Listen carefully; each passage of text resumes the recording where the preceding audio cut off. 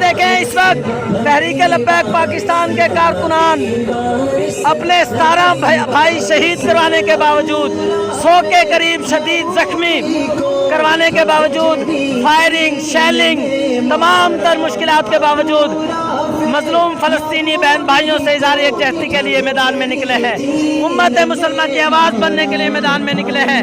پوری پاکستانی قوم اس وقت میدان عمل میں نکلے اور اہل اقتدار سے پوچھے کہ ان نہتے مظلوم مسلمانوں کی آواز اٹھانے والوں پر گولی کیوں چلا رہے ہو، گولی کیوں چلا رہے ہو؟ آخر ان کا جرم کیا ہے کہ یہ چاہتے ہیں کہ ہمارے مظلوم مسلمان بھائیوں پر ظلم نہ ہو؟ تم یہ اسرائیلی دہشت گردی کا مظاہرہ یہاں پر کیوں کر رہے ہو؟ پاکستانی قوم خود سے بھی سوال پوچھے، جب یہ مسلمان یہ عظیم لوگ اتنی مشکلات کے باوجود میدان میں ہیں تو آپ لوگ کیوں گھروں میں بیٹھے ہوئے ہیں؟ نکلے اور اہل اقتدار سے سوال پوچھے کہ گولی کیوں چلا رہے ہو؟